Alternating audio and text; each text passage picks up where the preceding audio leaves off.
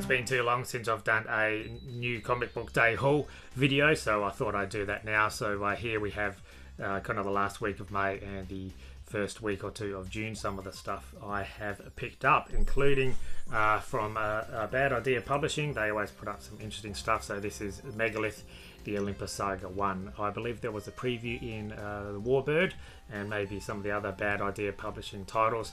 But if you like kaiju, big monsters, kind of cop against the end of the world kind of stuff, it's pretty awesome, and the artwork is just amazing, as it always is with Bad Idea stuff.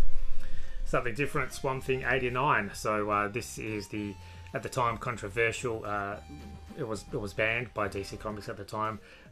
Rick Veitch was writing this Swamp Thing series in the 80s, where Swamp Thing travelled back in time and he met Jesus.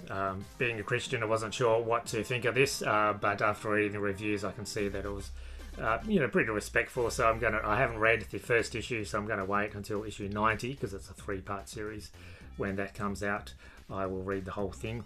So this is the second part of that, 89, Swamp Thing 89, and it's kind of got the 80s ads and all that kind of stuff, obviously, so it's great that it's been reprinted here. G.I. Joe, so I'm a big fan of the G.I. Joe classified action figures by Hasbro, and this is G.I. Joe issue 22 with one of my favourite characters, Crystal Ball, on the cover there.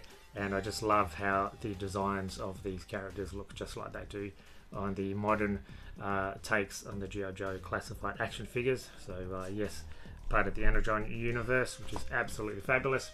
A reprint, this is Batman. Lovely Neil Adams cover. This is Batman issue number 244. It's got to be from the 70s. Batman and Ra's al Ghul facing off in the desert. Classic issue. And again, it's a reprint, so it's got all the familiar ads and all that kind of stuff inside, and just the lovely newsprint as well. So there we go, Batman issue 244.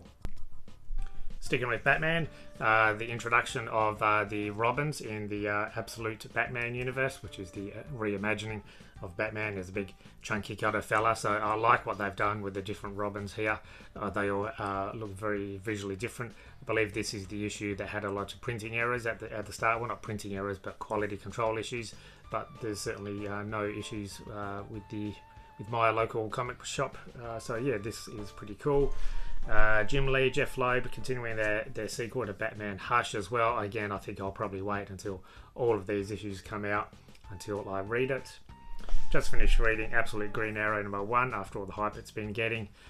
So I've got most of the Absolute titles, at least the first issue or two. So it's got the familiar kind of characters that we know. You know, Merlin, Black Canary here, who's like an MMA fighter / investigator. Oliver Queen is dead. We've got Merlin and Roy Harper, a lot of kind of mystery. So yeah, it's a pretty kind of different take on the Absolute and the Green Arrow universe. So that's pretty cool. This is a nice surprise. Howard Chaykin writing this, and Jorge Fornes is writing Zorro. So I've got a bit of a soft spot for the kind of pulp heroes. So this is from Alien Books, who don't pump out a lot of stuff, I believe, but pretty cool.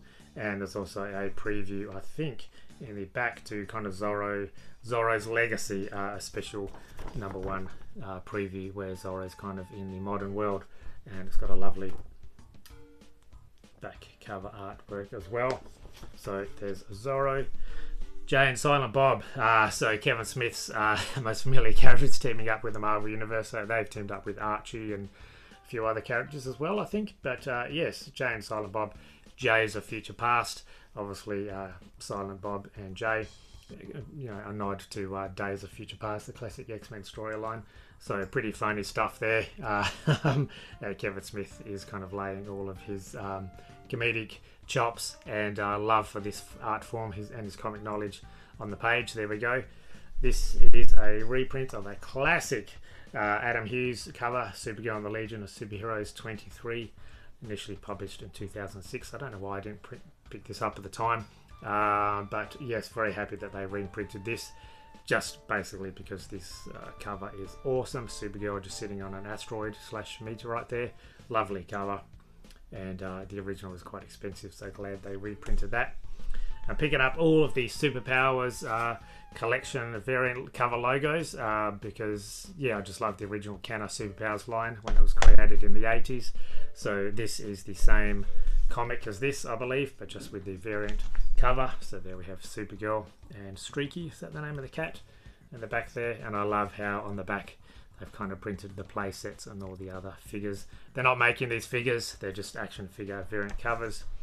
And this, I think, is the Dark Knight Returns number 4, and that's obviously action figure variant again with the familiar Superpowers logo and all that, with Batman in his armored up Dark Knight Returns armor. I love that they keep doing this. I hope they keep making more.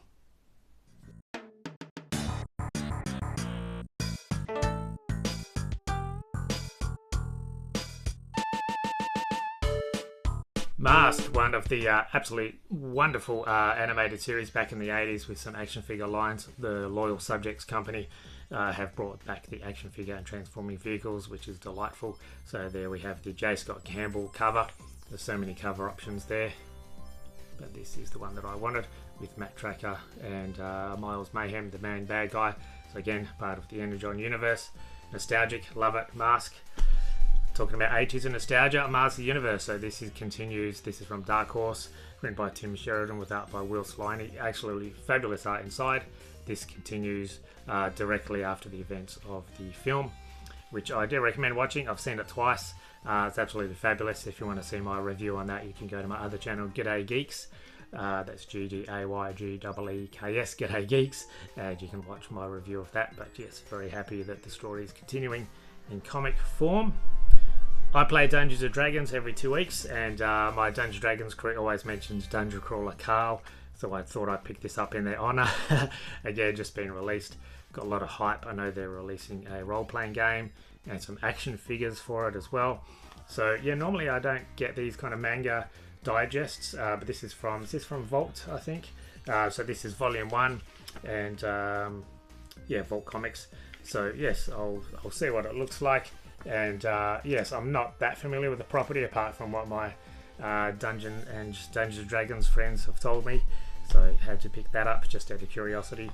J. Scott Campbell takes cover and centre stage on the next 2 comics. Here we have Black Cat 11 variant cover with Frank Castle in the background and Black Cat wearing his shirt.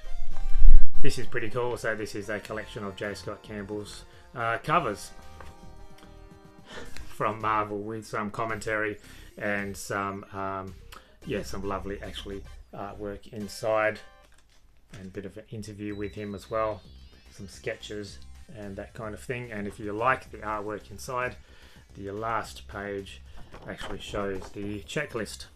So if you like the artwork you see in here, you can pick up the original comics that featured them. Lastly, Joe Jusko, who was a big influence, I guess, and all of us 90s kids loved the work that he was doing with the Masterpiece trading cards from Marvel and that kind of stuff. So this is as the title says, the Book of Jusko, Joe Jusko, and his artwork is just amazing. So he's worked on so many different properties over the decades. So yes, very happy to get that. I'm a bit of a sucker for art books. So yes, definitely get that, and that's from Image. And so that's pretty cool.